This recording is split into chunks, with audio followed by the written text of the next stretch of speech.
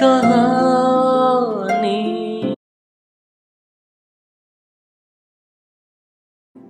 कौन हो और कहाँ जा रहे हो? विद्यार्थी हूँ, लखनऊ जाने के लिए स्टेशन जा रहे हैं। ठीक है, जाओ, लेकिन रात के वक्त लालटेन लेकर चला करो। राम प्रसाद और उनके साथियों के चेहरे देखकर दरोगा का शक जाता रहा।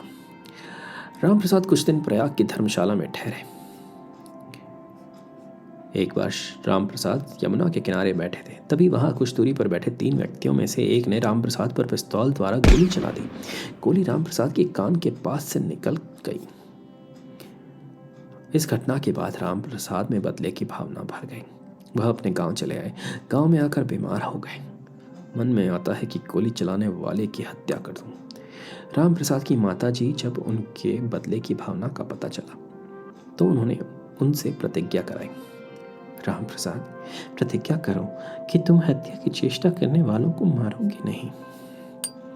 राम प्रसाद जब थोड़ा स्वास्थ्य सुधार हुआ, माताजी, अब मैं गांव में रहकर खेती करूंगा। हाँ बेटा, शारीरिक परिश्रम से तुम्हारा स्वास्थ्य भी अच्छा हो जाएगा। राम प्रसाद के पिता को अंग्रेज सरकार की ओर से नोटिस दिया गया कि लड़के की गिरफ्तारी होगी या उसका हिस्सा जो उसके दादाजी की जायदाद से होगा उसे नीलाम किया जाएगा। राम प्रसाद को फिर से पैसे की तंगी रहने लगी।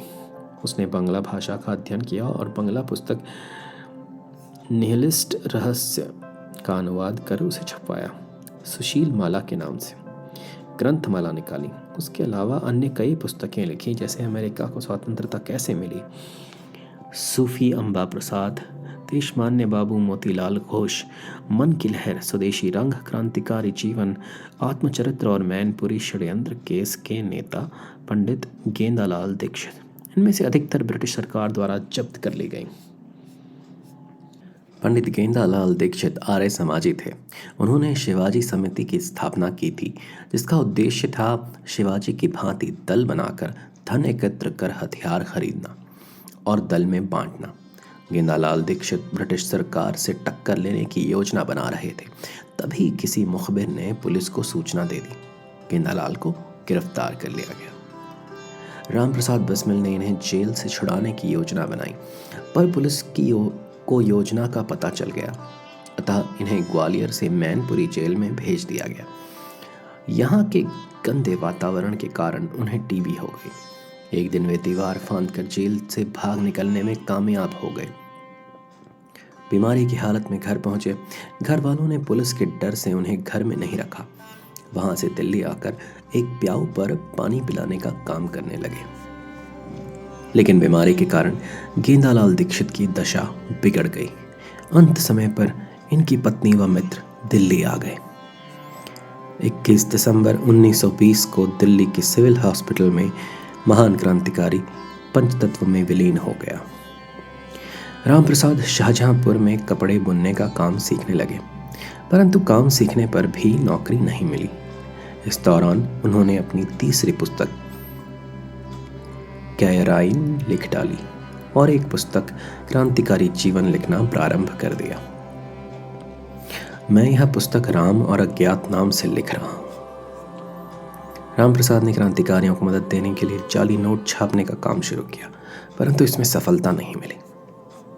क्रांतिकारी गतिविधि को बढ़ाने के लिए धन की आवश्यकता पड़ी, अतः काकोरी रेलवे स्टेशन पर ट्रेन रोककर सरकारी खजाने को लूटने का कार्यक्रम बनाया गया, जिसका नेतृत्व स्वयं राम प्रसाद बिस्मिल ने किया।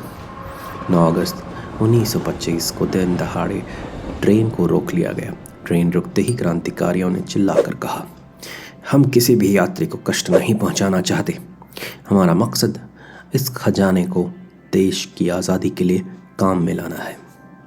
इस प्रकार ट्रेन से सरकारी खजाना लूट लिया गया। काकोरी लूट वाले 1-2 नोट पुलिस के हाथ लगे। पुलिस ने राम प्रसाद और उनके साथियों को खजाना छिपाते हुए पकड़ लिया और उन्हें जेल में डाल दिया। इन नोटों को जल्दी से छुपा दो, वो रहे, पकड़ लो। राम प्रसाद और उनके साथियों को जेल में अलग अलग बैरकों में रखा गया। फिर भी मौका लगते ही कभी कभी बातचीत कर लिया करते थे। जेल में खुफिया पुलिस के प्रमुख राम प्रसाद से मिले। वे उन्हें सरकारी गवाह बनाना चाहते थे। राम प्रसाद, तुम सरकारी गवाह क्यों नहीं बन जाते? मैं अपनी मातृभूमि के साथ गद्दारी नहीं करूँगा। पर रामप्रसाद ने साफ इनकार कर दिया।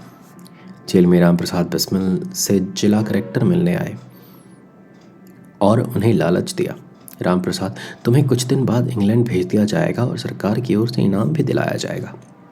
मुझे इसकी कोई आवश्यकता नहीं। पूरे शहर में पुलिस की जांच और क्रांतिकारियों की धरपकड़ शुरू हो गई थी।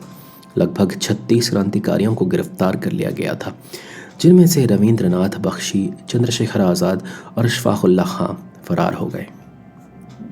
तुम्हें गिरफ्तार किया जाता है और कुछ क्रांतिकारी मुकदमा अदालतों में आने से पहले ही छोड़ दिए गए। राजेंद्रनाथ लाहिड़ी को दक्षिणेश्वर बम केस में सजा पाने के बाद मुकदमा चलाने पर लखनऊ भेज दिया गया। रामप्रसाद बिस्मिल और अशफाकुल्लाह खां के परस्पर अत्यंत प्रेमपूर्ण संबंध थे। अशफाक, तुम मेरे भाई के समान हो। मैं मुसलमान और तुम आर्य समाजी। हम दोनों मिलकर क्रांतिकारी आंदोलन में भाग लेकर देश की सेवा करेंगे। अशफाक उन्हें भाई साहब नहीं बल्कि राम कहकर बुलाया करते थे। एक बार अशफाक बीमार पड़ गए। उन्हें तेज बुखार था। बुखार के कारण राम राम कहकर पुकारने लगे। परिवार के सदस्य यह शब्द सुनकर हैरान रह गए कि अल्लाह अल्लाह बोलने को की जगह राम राम क्यों बोल रहा है। फिर उनके हिंदू पड़ोसियों ने उनके घर वालों को बताया कि बेहोशी की हालत में राम राम कहकर अपने दोस्त रामप्रसाद बिस्मिल को पुकार रहे हैं। रामप्रसाद से इनकी गहरी मित्रता है, इसलिए राम राम की ही रट लगा रखी है। रामप्रसाद बिस्मिल को बुलाया गया। रामप्रसाद ने आकर अपने दोस्त अशफाक को पुकारा और उनके माथे पर हाथ रखा। अशफाक की आंखें खुल गईं। अशफाक, मेरे भाई। अपने मित्र को देखकर भाव विभोर हो गए। तब परिवारजन राम राम का अर्थ समझे। रामप्रसाद बिस्मिल और उनके क्रांतिकारी साथियों में भी कोर्ट में अपनी सज़ा माफ़ करने की याचिका दायर करने पर विचार विमर्श किया। सज़ा माफ़ की अपील दायर करने पर ही कुछ हो सकता है। हाँ, हमारा विचार भी यही है। विशेष न्यायाधीश के सामने पेशी से पहले हमें कुछ करना चाहिए। 22 अगस्त 1927 को रामप्रसाद बिस्मिल, शचेंद्र नाथ बख्शी सहित अन्य ने अपील दायर की। वरिष्ठ अधिवक्ता पंडित जगत नारायण मुल्ला ने लोक अभियोजक के रूप में सरकार की ओर से मामले की वकालत की। ब्रिटिश सरकार ने बरेली कांड में ठाकुर रोशन सिंह को 2 वर्ष के कठोर कारावास की सजा दे डाली। जेल से मुक्त होते ही यह रामप्रसाद बिस्मिल, शचेंद्रनाथ सान्याल एवं अशफाकुल्लाह खां आदि क्रांतिकारी वीरों के दल में शामिल हो गए। 9 अगस्त 1925 को काकोरी कांड खजाना लूटने में भी वह शामिल थे। इस ट्रेन डकैती में शामिल सभी क्रांतिकारियों को फांसी की सजा सुना दी गई। आर्य समाजी होने के कारण 19 दिसंबर 1927 के दिन फांसी लगने से पहले रोशन सिंह ने पहले लंबे स्वर में ओम का उच्चारण किया और उनका अंत्येष्टि संस्कार भी आर्य समाज की विधि से हुआ। पंडित मदन मोहन मालवीय ने असेंबली सदस्यों से मिलकर रामप्रसाद की सिफारिश की कि फांसी की सज़ा को बदलकर उम्र कैद हो जाए। सबूत के तौर पर 300 गवाह पेश किए गए, पर सरकार के पास पुख्ता सबूत था। मजिस्ट्रेट साहब, इन चारों की फांसी की सज़ा बदलकर उम्र कैद कर दी जाए। मजिस्ट्रेट ने पंडित रामप्रसाद बिस्मिल, ठाकुर रोशन सिंह, राजेंद्र लाहिड़ी और अशफाकुल्लाह खां को मृत्युदंड सुनाया। रामप्रसाद बिस्मिल बहुमुखी प्रतिभा के धनी थे। वे शायर भी थे। उनका लिखा हुआ गीत सरफरोशी की तमन्ना अब हमारे दिल में है। इस गीत ने क्रांतिवीरों में एक नया जोश, उत्साह व देश के लिए मर मिटने का संकल्प पैदा कर दिया।